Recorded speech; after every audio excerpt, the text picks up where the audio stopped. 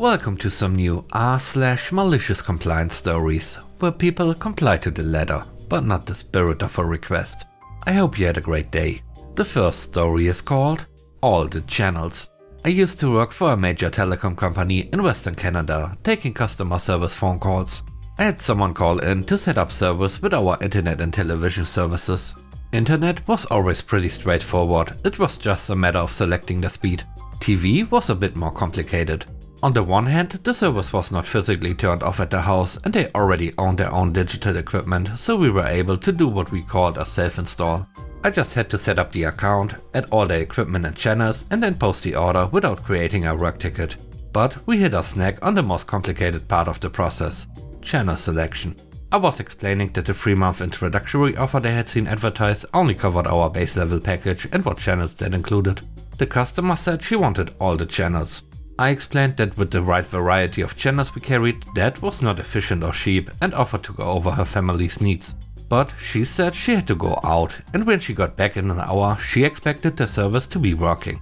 Well, the customer gets what the customer asks for: all the channels. HBO, Super Channel, and the International Rugby/Soccer/Cricket Network? Sure. All 4 adult movie channels at $25 per month each. Why wouldn't they want those? Every foreign language specialty channel. If that is what she asked for, that was what I would give her. When I was done, the total cost of the package was over $600 per month. I made sure to detail in the notes that the caller requested all channels, and when I advised against that, the customer declined to discuss their specific needs and disconnected the call, stating they expected their service on the same day. I even emailed her a list of the channels they were subscribed to. When the caller received the first bill for nearly 2 months worth of service since we billed in advance, her husband called in irate.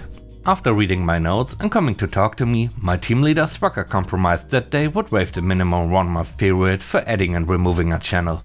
But the customer still ended up being billed over $100 for the 1 week they had all the channels. I got a verbal warning from my manager, my team leader's supervisor, to be more thorough in the future when discussing the caller's needs, but nothing else. How I was supposed to do that after they hung up the phone over the very idea of clarifying, I still to this day don't know. The next story is called What I Did in a Day. I worked for this company as a light duty tech/supervisor.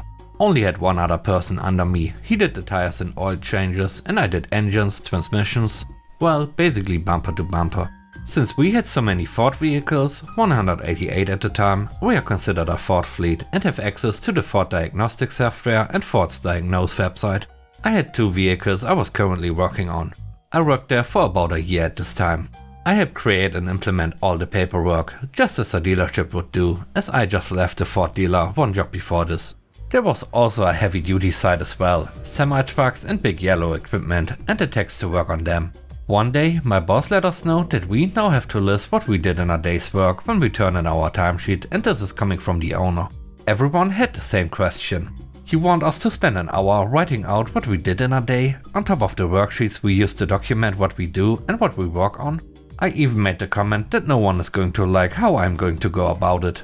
I spent over 2 hours printing out and organizing the Ford workshop manual for each of those jobs I was currently on. It was over 300 pages. I printed everything I could that pertained those 2 jobs. Any recalls, TSBs or FSM, all the hyperlinks, I mean anything. Highlighted certain areas and made notes of my stopping points, etc. All on company time and company paper, and had to replace the printer ink. I even put the time on the next day's timesheets. The next day I go to hand in my new What I Did in a Day, and the bossman said the owner shut it down after he turned in our paperwork from yesterday. My boss said he actually liked what I did, because he apparently told the owner how bogus it was to have us do this. The third story is called Strategic Voting. This story happened 9 years ago, during a group project for a business degree at Polytech. The paper was Business Computing. It was a compulsory paper for business students, think accounting, marketing and management majors, and the information technology students, which was an entirely different degree. But both had the same core entry-level paper. I tried to get cross-credit for this paper based on my skills and programming qualification, but no joy. We were put into teams of 5. I found my notebook and it says we had to deliver a presentation, website, social media profile on Twitter and Facebook, write a research report and backed it up with a spreadsheet containing charts.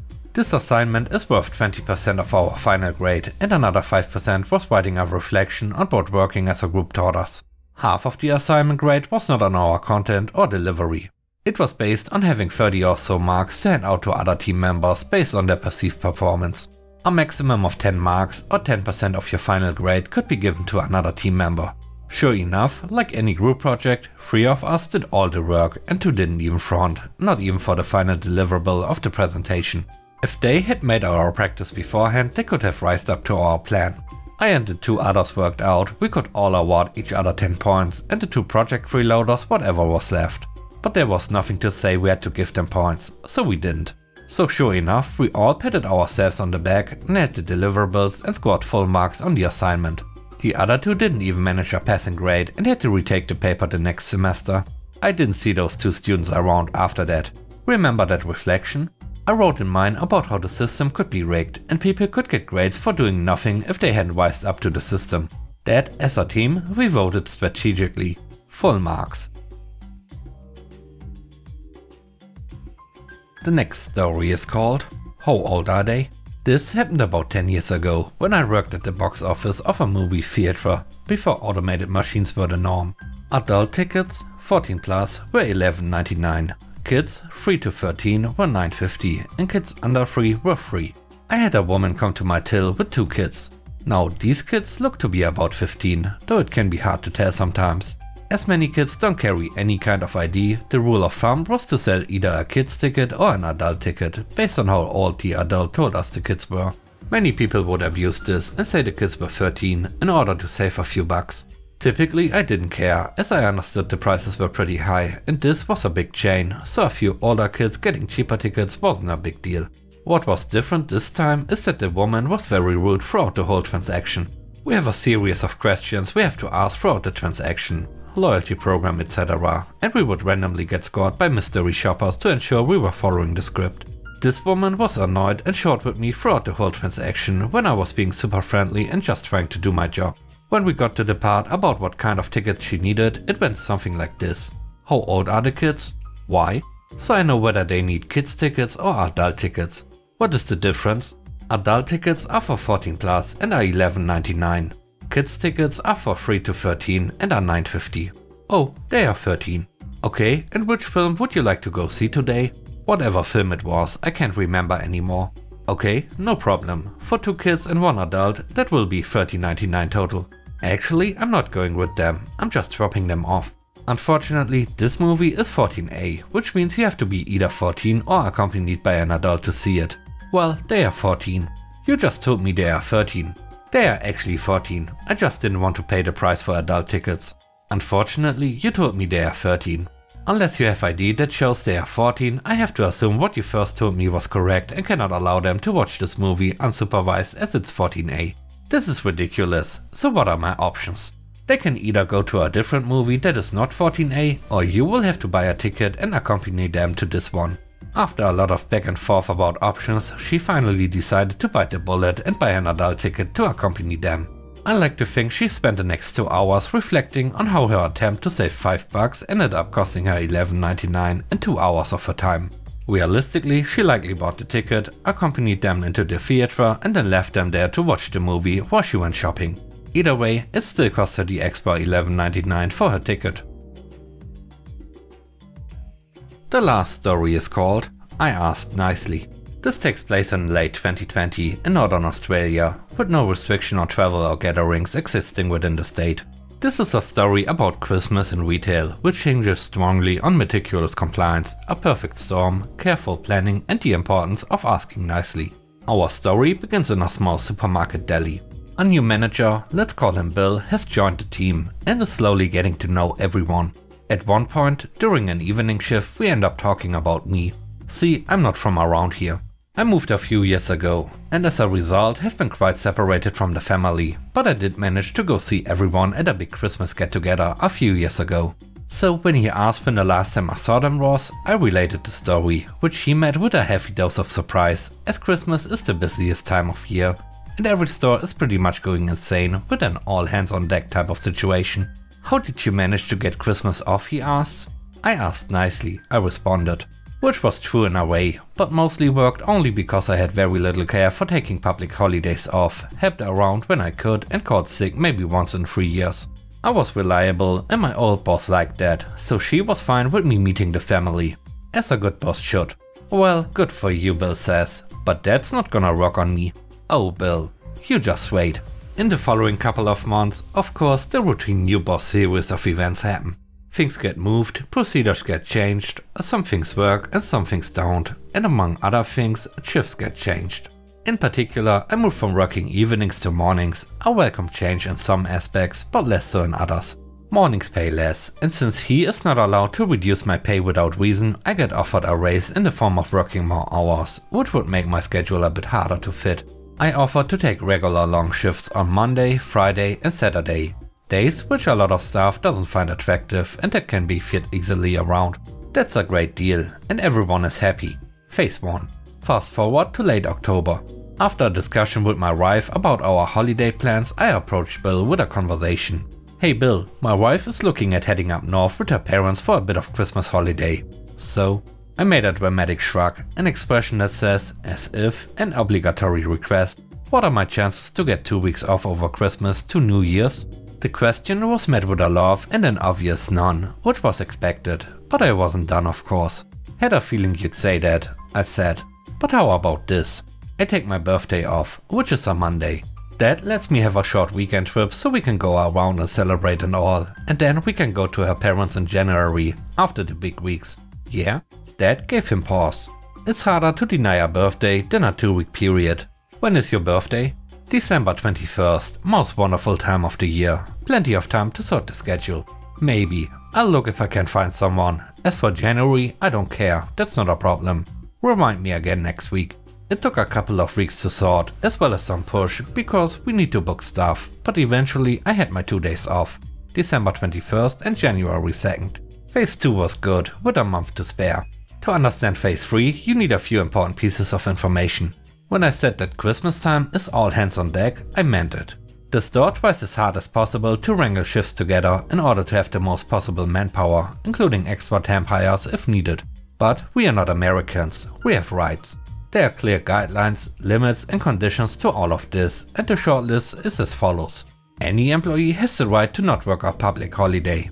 Employees who accept to work during public holidays get paid a very notable extra, 2.5 times. Employees who stay home on public holidays still receive their regular pay for that shift. Once signed and approved, a day of leave cannot be revoked. Not even the employee can revoke leave. If you are off, you can't be in. Additional shifts can be offered to employees, but can be refused for any reason or no reason, whether or not they fall within the employee's availabilities. My contract shifts, which my employer must always offer and which I cannot skip without approved leave, are, as per Phase 1, on Monday, Friday and Saturday. The local state has a peculiar rule. Whenever a scheduled public holiday falls over the weekend, the following Monday is also declared a public holiday. Finally, as I mentioned earlier, this happens in the year 2020, Australia. The month of November proceeds with little trouble, and I occasionally drop a few conversational hints to the fact that I'm not looking toward public holidays, if someone else wants the cash. After all, I'm studying on a full workload, which, while sizable, is actually made of easy topics that I need as prerequisites. When, at the end of November, we are asked to fill in our availabilities for extra shifts, I return a blank page. It goes in a pile and nobody looks. Phase 3 is good. 1 week after, while I'm setting up my morning open, I see a small figure marching towards me. Not Bill. Instead, it's one of the ladies from invoicing, who just stares at me with the most awestruck grin I have ever seen and goes, "How the hell did you do it?" With an equally large grin, I respond, I asked nicely, "Please open your calendar and follow my schedule." I leave on the afternoon of Saturday the 19th. My next shift is on Monday the 21st, which I have asked nicely to take off. Next is Friday the 25th, but of course it's Christmas, so no work. Then Saturday the 26th. Boxing Day is a public holiday, which I have opted not to work. So I'd get back to work on Monday the 28th, which is not a public holiday nor a day off. But there was a public holiday on Saturday, so Monday is now also a public holiday. I'll see you all on Friday, the 1st of January. New Year's is of course a public holiday, so we moved to the 2nd. Not a holiday, but it is my 2nd day off. I chill out and return to town late on Sunday the 3rd and walk up to work bright and early on Monday the 4th, having been out of town for exactly 2 weeks, fully paid. Seeing as I followed every rule to a T, there was little to be done. Union contracts are annoying that way, so my hours went unchanged, my schedule was still the same, and the most flack I got was from colleagues joking around about me doing nothing like our race. Work is still necessary, so my non-contract shifts kept coming at roughly the same pace. Bill had a bit of an uneasy smile a few times, but warmed up a lot more around Easter, when I picked up almost every shift he couldn't cover. It paid well. We got along well enough and eventually worked well together, but I'm sure he learned to check the calendar for holidays before approving leave from now on. And with that, we end today's video. Let me know what you think about the stories. On a scale of 1 to 10, how would you rate the stories and today's video? I hope you enjoyed the video. If you did, please don't forget to subscribe and hit the like button. And I hope you have a great day. Stay safe. Bye bye.